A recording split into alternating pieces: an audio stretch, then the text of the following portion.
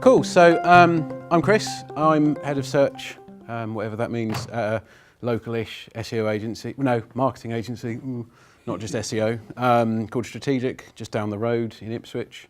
Someone said, do they have computers in Ipswich? I didn't realise it was quite as rural as that. I'm actually from Bury, so that's a farmer town, and no, this accent doesn't go with digital, but we'll roll with it anyway. I'm talking about why sticking plasters aren't the enemy, or quite simply, getting shit done in SEO. From my 10 or so years of sort of battling with clients, developers, other team members, just to get stuff done and implemented.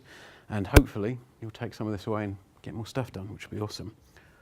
Cool, I want to start off with a statement that sometimes SEO is nothing more than getting the job done. Makes it sound so easy, right? Don't listen to us, go out and do it. However, yeah, taking me that long to say that. I think you kind of go back, take an exec on or someone, you're showing them through Screaming Frog, you're showing them through all of the concepts and, well, even Kevin's slides, you know, your brain's on the floor. It's like, wait a second, that's not that easy, right? But, you know, it's kind of all knowledge. You know, all the clients I've worked with, big business, small business, varying niches, different types of websites. The common point where you can make or break it is pretty much always that same point. Again, a lot of what we do is actually remarkably simple. Not to detract from it, you have to wear many hats, you have to do lots of things, you have to learn quickly, but actually you break it down, it's variants of the same very often. It's implementation, I think, where it often falls down. You're actually getting it in place. I've reflected on this for a while. Why does implementation fail? Broadly speaking, I think it can fall into one of the following. Poor communication. I was devastated when I found out that was photoshopped and not real, but teams not talking to each other, business cases not being made, buy-in not being sought, recommendations not being conveyed clearly, overly complex recommendations. Who knows what that is? Yeah, someone does. I mean, before I did the research and actually dropped it in, I probably couldn't recognise it from sight.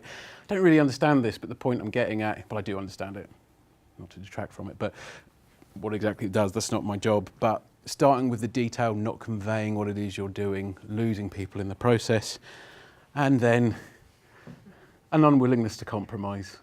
I could have picked a handful of politicians, some UK-based for this one, but that felt a bit raw. Fun tip, change the word Brexit to breakfast and your day becomes more enjoyable, just saying for conversation. I didn't mean to use two Republican presidents as part of this presentation as a political statement. It just felt oddly fitting. But being able to work together, critical point. Is it all of the above? Yeah, probably. You might think of your own reasons, but for me, this is the common points. Yeah, in this talk, I want to help you embrace the sticking plasters of getting the job done. And what I mean by sticking plasters, I'll come on later, but sometimes it's settling for the less than perfect option. Part of this, not making enemies, delivering concise recommendations, and then get a working solution. I love this, I've got my notes and everything, I feel like I'm cheating. But first, yes, story from my early years in SEO. I'm not going to go back, right back, way back. But I dug that one out. That was me in my early days of SEO. I looked like a spaniel. So I'm told, not being self-deprecating. So I learned SEO, did a spell in-house. Then I went agency side, learned tech SEO, had my first client, my first audit, and I tore the site to shreds eagerly. I did my duty. It's kind of this weird, given that tech SEO is a kind of a geeky thing, there's a strange amount of kind of almost, I don't know, matriness about this kind of thing. Your website's shit, get it, make it better. I kind of did a version of that. I didn't say it in those words because I don't like to upset people, broadly speaking, but I did my duty. I self-righteously fixed all of those SEO wrongs, you know, .NET website with a plethora of issues, sitemaps that weren't updated, duplicate content, incorrect pagination. You name it, if it's kind of this checklist of tech SEO fails, they scored, you know, they had bingo or full house. Not good. Obviously that went badly, didn't it? I wouldn't be telling the story if it didn't, because it wouldn't prove my point. But I pissed off the owner of the dev agency a lot, because he's like, who's this joker? What's he doing? You're kind of rocking the boat a little bit. I pissed off their account manager and ours, because someone had to take the ear bashing. the developer whose hard work that I just tore to shreds. And actually, it took a long time to undo that. And as much as the client took some comfort in knowing that they had someone who knew what they were talking about, saying, this is why you're not ranking, the friction and the issues that then came off from that, they weren't actually that grateful for. We lost actually quite a lot of momentum. Was it my fault? Was it theirs? I mean, you could argue that they should have built the website in the way it needed to be. But I didn't need to stomp all over it with my size 11s. Things didn't have to go that badly. Here's where I went wrong. Now, this isn't a way I usually go in tech talks, but I turn to the Dalai Lama for advice. In order to carry a positive action, we must develop here a positive vision. So why is that relevant? I take it to mean don't piss off the person who needs to get the job done. That's actually kind of a truism that you can extend to many other things, but because my day job primarily is being tech SEO, I'm talking about the developer who's making the fixes for me. I like that slide because that actually, if I can say what's helped me in my career move, it's not by hugging people who don't want to be hugged. I'm not actually the most huggy person, but it is making friends with developers. Sometimes they are people too, but I don't know how many developers we've got in here and I don't want to piss them off. I like working with people who are smarter than me. My job becomes asking the right questions and then pointing their intelligence in the right direction. That's worked. I kind of make half a niche in that. Some people suggest I'm an ideas man from it, but you can kind of take from that what you will, I guess. Should use the pointer, right? But for those who aren't developers, it's not actually that easy. Not when you add in the client and deadlines and budgets. Developers get a lot of hard time from tech SEOs. Who follows Barry Adams? Knows of, yeah, it's a handful. I've got a huge amount of time for Barry, but web developers really don't like Barry. Follow him on Twitter for a while, you'll find out why. But sometimes they make perplexing decisions, sometimes they act in ways we don't anticipate. But most developers just don't know enough about SEO. But arguably, do they need to? Is it their job overall? The difference between semantic styling and bits like that. The effect is really important, but fundamentally things that the client wants to see and the things that they're probably being tasked on or what's being sold is not. My pagination markup's not correct, or you haven't put JSON LD on that page, quite simply. But that doesn't mean they get a free pass and we let it go. You do need to get your own way, because stuff like that happens. Ooh, cliff edge. I can't actually remember the website for that now, but whoever does the marketing for that site was not a happy bunny. But let's take everyone on that journey. And if I had to leave that statement there, it kind of feels a bit too Disney for me. It's not a rainbows and lights. Sometimes you've got to put your foot down. You've got to have that argument and stand that fight. But it is a two-way street, and understanding and cooperation does get you a lot further down that. Yes. So what helps? Speaking developers' language. So I asked Twitter. I did a poll. To be a web developer, to be a good tech SEO, 64% of people said it helps. Now, obviously, the 167 people who answered that survey make it fact. But again, proves my argument. And I don't think it's the first time that tweet's been used at an Optimisey event, has it? Yeah. Julia nicked it, which is unlike her.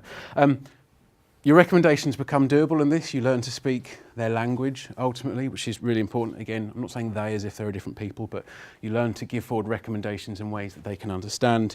You can also understand how to compromise better and find workarounds and find the less good options. Right. So other ways that things fail. Who loves monster spreadsheets or data sets and compromise? Well done, everyone. Was that cleansing? No? All right. I do. So I missed that one. It's not quite what we saw, I think, but lots of people do. Particularly lots of people that work in any kind of technical digital marketing roles do. How many clients or stakeholders love them? Far, far less. You get the odd crazy one that sometimes you think, do you want to come and work over on this side? But broadly speaking, no, they don't. So anyway, part of this, so the complexities about getting stuff implemented, monster spreadsheets kind of often get in the way. Sometimes, if used in the wrong fashion, can give a client more work rather than less, or it makes them feel like they're getting further away from the desired outcome. So let's talk about some kind of common scenarios. some of which I feel I'm guilty of. Here's a list of X thousand keywords. What do you want to rank for? I still come across people, fortunately none that I employ at the moment, who ask that question. That's not very helpful because actually most clients want you to tell them what you want to rank for and they need to sanity check it. It's a collaborative process. Don't give them a bucket of data that they can't use. Again, here at X thousand pages, you need new titles for. If they've said, no, we'll write content, that's what we're good at, don't just give them an unsorted, unprioritized list.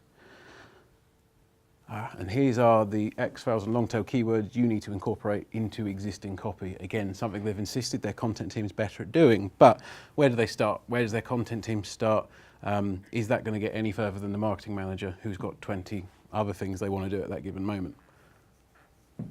How many of these get actioned and kind of the nub of this? Not many. So make it as easy as possible to get the job done. But the biggest recommendation here is in presenting actions, not data. And it sounds so painfully simple, but that is one of the things, my biggest learnings across the years, loving data, loving to show everyone the fullness of the argument.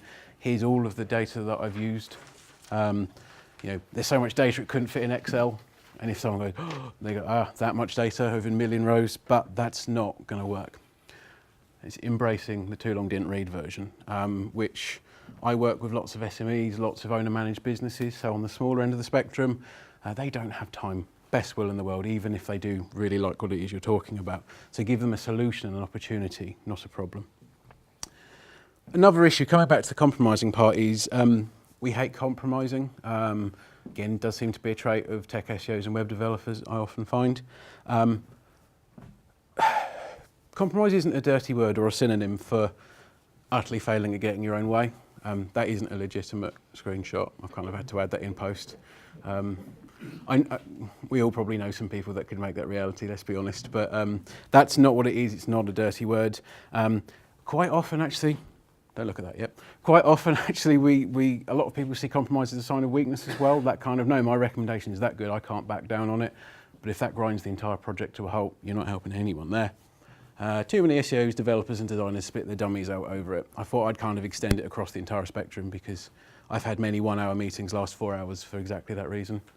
I was the bullish SEO at one end of the spectrum and we had a UX lead and a lead developer and a client stakeholder and yeah, they weren't fun, not fun days. But SEO is all about compromise, isn't it? I guess, it should be. Budgets, time, buy-in, information, misinformation, hello large organisation that doesn't know its arse from its elbow, skill, inclination, but actually the biggest one, aren't we compromising with Google all the time? I think we are. Some other people may say that we're not and we've got the power to control it, but not for any long term, not really. But are you a victim of these compromises? Or do you make the best of them? And that's kind of where we're going. There's always an opportunity in a compromise, or there should be. You want to maintain momentum and keep things moving. Sticking plasters, onto the actionable bit. I've kind of gesticulated wildly at you for a little while, but now here's the bit that you can hopefully go and take something away and do stuff with. Right, quick game of true or false. True or false. If you're forced to implement SEO changes via meta CMS or tag management system, something has gone wrong. I'm not actually asking you that question, it's a leading one. It's true, something has gone wrong. And I'll explain why. And I will kind of explain what those things are. So tag managers, so like Google Tag Manager or similar, so client-side things, sort of code buckets, that JavaScript, you chuck things in. Really, really, really useful. For making SEO changes via JavaScript, they are quite unreliable. There's been lots of experiments. Google isn't quite sure how unreliable yet either. Which is kind of embarrassing, but comes back to what Andrew said, Google don't always get it right. Incidentally, show of hands, who finds that comforting that Google sometimes get things wrong? Who finds it bloody petrifying? Sorry, it's a bit loaded. I mean, that keeps me awake and I have nothing else. And then sort of moving away from a tag manager, we get a little bit more kind of techie, integrated, cool solution. A meta CMS, so something on the edge, which I'll kind of talk about later, adds another point of failure. So it doesn't have the unpredictability of JavaScript, but you've got your CMS here, you've got your meta CMS here, someone makes a change to one thing, but not the other, things get confusing, and people get upset. So We're talking about not great things here overall. I put this one in, but don't not do it because it's not the best way to implement these changes. There's a few negatives in there that hopefully rule each other out appropriately. What I'm saying is something is better than nothing. You know, getting a little bit closer to the solution is not moving at all. This is not a sales pitch. I'm not saying that you want to be using this method. Picture looks worryingly pixelated at that size, but never mind. Some common scenarios that this might help you with, just to give you a bit of an idea. I need to bulk change 100 of titles, but I don't have CMS access, or client doesn't have any resource to do it, or it just isn't a priority. One method might be to get things rolling. Title tag injection via Tag Manager. I thought I'd start off with a nice simple one. It's pretty much what it looks like. Who's used Google Tag Manager before? Yeah, enough of you for me to kind of barrel through. If you haven't or you're unsure, just let me know. We're just essentially saying rewrite the title of the page to this one, which is almost elegant in its simplicity, really. I quite like that. It's kind of it working in real life. You have to take my word for it, but it's there. Could work, but it takes ages to do this over 100. You know, the scenario is 100. It's not just one, it's loads. You can add them all in individually in Tag Manager. But actually, even just making this example took far too long. Could have used Photoshop, I suppose. Or maybe a little bit quicker, use lookup tables. Lookup tables are cool. They speed things up a little bit, but it still takes time. You've still got to map things one by one. Better option, kind of stealing this from Stephen Harris, his article on the SEO blog, he's made a spreadsheet or a Google Sheet. It's not solved by Google Sheets at all. Simply drop in the page title. There's some little details at the top, so the variable name that's going to go in, the input of the variable, the lookup type. It's all relatively straightforward with the guide that's associated with it. You copy the JSON that it generates and you bulk upload it straight into Tag Manager. I like that, the bulk uploader. Yeah, it's all in one go. Not unproblematic. If you want to change a handful of those, you've got to look at re-uploading. You might have to pull stuff out, but that's a lot of titles changed or uploaded in one go. Isn't perfect, can potentially slow down some setups. If you're kind of running sort of enterprise level sites that's got really complex tag managers, you don't want to start adding in hundreds, if not thousands of titles, but it can kind of work. Content injected like this is slower to be picked up by Google. We did some experiments. We built a rank tracker that could track things hourly, so I thought let's do a drag race. You know, it might be to the hour accuracy that we need. I was really disappointed when it took 12 days longer. Kind of felt like we checked all of those extra requests and that infrastructure from Google, and it was unneeded anyway because it took so long. Incidentally, the quickest we saw it was a few days, and the longest, I think we've had a handful of tests that still haven't been picked up. And there are some good reasons for that, but you know, as we say, not the most reliable thing in the world.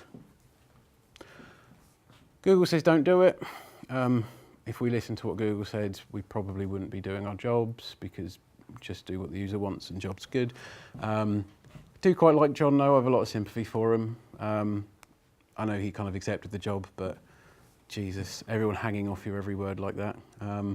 Who spoke to a Googler and kind of, do they all seem like they're really tired? I don't know. Gary did when someone in the audience started challenging about Medic. It took about 2 minutes for him to start talking afterwards. It was a bit worrying. But it's the job done. Actually, let's linger on that. I've kind of almost talked you out of it. But if the option is not changing them, titles are hugely important. Getting the title optimized, getting the right keywords in there is mission critical for a lot of people. So in this instance, job done. Does work. Rather than showing you lots of graphs going upwards because I've successfully implemented it, I'm going to show you what happens when it goes wrong.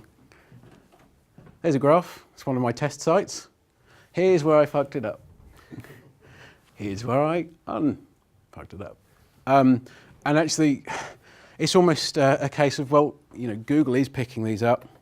Don't doubt the damage you can do with this. So just because you're doing it in a UI, just because you've kind of circumvented the IT manager or someone like that, doesn't mean that you might not get someone pissed off at you if you do it wrong. Cool.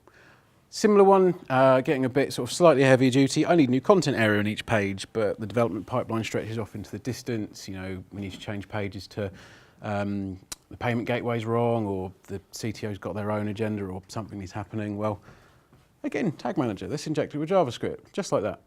Actually, again, another really simple kind of content injection. There's a before and after. It works, it drops it in. Again, does seem to work. You can't, I mean, here's some graphs with lines going up. Again, take my word for it, these did work. We've kind of continued to monitor these since these screenshots, and we're now rolling out the strategy across the entire website, but with a buy-in to actually put these pages into the CMS instead. Pipeline looks a bit shorter now though. We've done enough to those key pages to get the ball rolling, which is kind of what I like to use this stuff for, proving the concept and getting stuff done. Not just for SEO though, or not just for, I don't know, conventional SEO, CRO SEO, kind of an existentialist one there, but landing pages are missing some key conversion elements, or it's not very good. Again, the pipeline, injecting additional CSS to modify content, making prices bigger and redder, makes CRO sound like a science. No, I do it a disservice.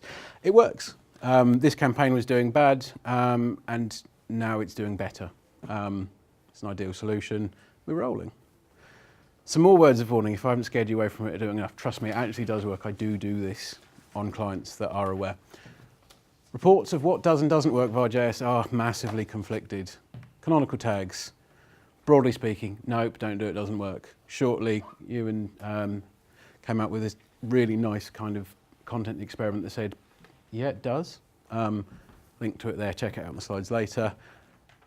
And then John kind of does a sort of a slightly graceful climb down and say, oh, it does, that's nice. So canonical tags do work in that, not an ideal solution, but you can deploy them. Same with robots directives. Google via someone that I work with at Hike SEO, basically John told them JS wouldn't be able to override no index tags. Oh, actually it can, but Google picks the most restrictive version. So if you've got a no follow or no index tag on the page, you can't override it to make it a follow one. Google's not going to trust that. But if there's no robots directives, JavaScript injection will take effect after a time. And I've linked to actually came off a Reddit thread, which means it's irrefutable and trustworthy content, but it has been picked up since. I just look back to my days at university and think I wouldn't get away with that citation on a paper, but such is life. We have to deal with the hand we're dealt, right? People are still contesting these, more testing is needed, caveat, health warning caveat, please don't do this to client sites without telling them. That's my arse covering done, now go away and experiment. Oh, and reliability of it, once it is injected, we say we did a drag race, injecting content, seeing what happens, TLDR. There are some technical eccentricities on a page that can stop this from working as well, beyond what you might expect. So one of them, mixed content issues. Google suddenly stops trusting a lot of this content altogether, which is kind of frustrating. But again, your website needs to be pretty robust to test this reliably. And actually, when it did work, we saw it likely to drop in and out almost randomly. So again, not as reliable as the content in the source. Cool, nearly there. I think a few people, Andrew was shocked about how many slides I said I was going to bring up. You realise it's half an hour, right? How am I doing for time? Sweet. A few words on perfection. So perfection is also another thing that stops SEO changes getting made. So let's talk about it. So one of my favourite sort of presentations that I've been to, thinking back along my time doing what I do, is, let's go back, so it's Ian Lurie, Porton, he delivered at Search Live 2015, called The Distance from Perfect Marketing with a Human Algorithm. There's so many reasons I loved that. I was air punching all the way through because he was kind of just sort of tech SEO truisms and righting wrongs and saying, no, get it perfect, it's the best thing you can do. And I bought into that and I loved it.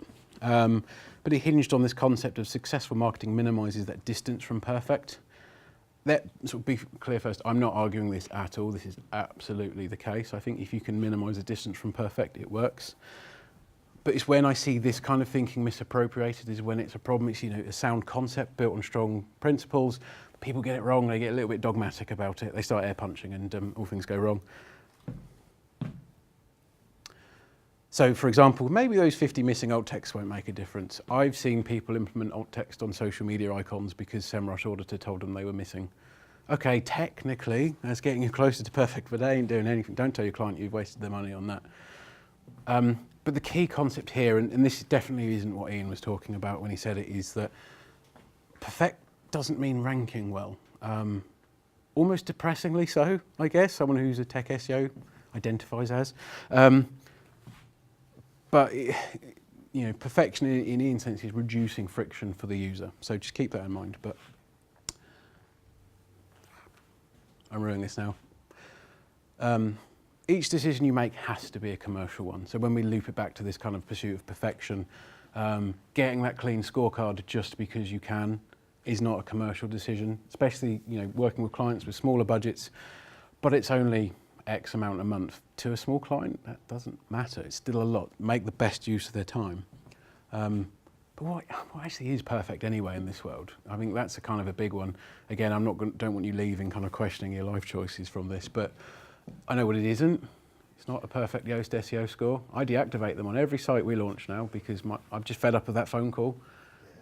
You've not optimized my website because they're all red on Yoast. It's also definitely not a SEMrush site audit score, and that's not me taking an unfair kicking at SEMrush there, but a human programmed that, a human that isn't Google, the old principle of garbage in, garbage out. If the parameters that are specified when that audit's created aren't on point, you're moving in the wrong direction. And false positives as well. I hate ignoring reports because the same crap is turned up every time because it's not the right stuff. Yeah, anyway, garbage in, garbage out, it's key one. We want to do what works, but what works doesn't have to be perfect. And I guess if you walk away with any kind of learning that you can apply across what it is, it's kind of that. It doesn't have to be perfect. It's nice if it is, but it just has to work. Simple, right? So, in conclusion, I'll give a few people a chance to read that. Yay! Customary snigger. When life gives you lemons, you make lemonade in JavaScript. What am I saying by this? Just make yourself understood. Turn adversity into an opportunity. It says a lot about your strength of character if you can. Incidentally, I stop people from tearing sites apart and kind of gleefully going, this is where it's wrong. I get my team to report on the opportunities to make things better. And 10 years ago, I would have said, no, that sounds like crap. You sound like some kind of self-help guru. But actually, clients do like that better. Funny enough, giving the last incumbent like marketer a kicking is not the best way of starting a relationship off, believe it or not for a lasting one. Learn to find a compromise, find another way. Wait, nearly finished. This is maybe a slightly self-serving plug, but I'm not going to ask you for credit card details or anything. There is another way, because we've just launched it in beta, alpha. God, Simon heard me totally saying it's alpha. Yeah. So we launched a platform very similar. Who's heard of Distilled ODN? Yeah, we kind of launched a version of that cost £5 a month to run in cost, which is quite cool. But basically, talking about meta CMSs or deploying stuff on the edge, you may have seen Edge SEO start to be a thing that's used. I mean, as a term, I've been peddling it, but that will probably die off because we'll get bored and we'll go back to SEO. But the concept is, rather than deploying these changes through kind of a next best answer through like a tag manager through JavaScript, we do it on the edge or on a CDN, or in this instance we're piggybacking off Cloudflare. So who uses Cloudflare or is familiar with Cloudflare? Cloudflare is amazing. There's lots of really smart people that work there, and the vast majority of the benefit you can get is free. For an added £5 a month, you get their workers access for 10 billion million. 10 doesn't make a difference. Requests. So basically, you can kind of serve requests through their platform, and this piece of software, Spark, that we're kind of working on in very early stages, just adds code on the outbound request. So the changes that you're making, rather than trying to deploy them client-side via JavaScript, which Google doesn't like to pick up, as I've kind of said at length, it'll pick it up as if it's code on the page. So no loading implications, no crawling or indexing implications, it's just there. And you don't have to be a developer to use it. Incidentally, I've been the guinea pig. If I can make it work, then we've decided that's ready for launch and rollout. We're accepting testers. We're not going to say card details. You need to pay Cloudflare a small amount of money, but we are looking for people to give us feedback, because this certainly would have solved a lot of issues I had 5-10 years ago. Not to brag, but 90% of the clients I work on, the developer who develops it sits 10 feet behind me. So that's quite a position to get stuff done, but there's always that site that you can't get stuff done. So yeah, take a look. Right, if I can finish. My phone's now locked. It's fraught, this is, absolutely fraught. Oh yeah, I want to lead on that. That's kind of another takeaway, be excellent to each other. Kind of undermines the Dalai Lama at the beginning, but I kind of like it to end on. Thank you.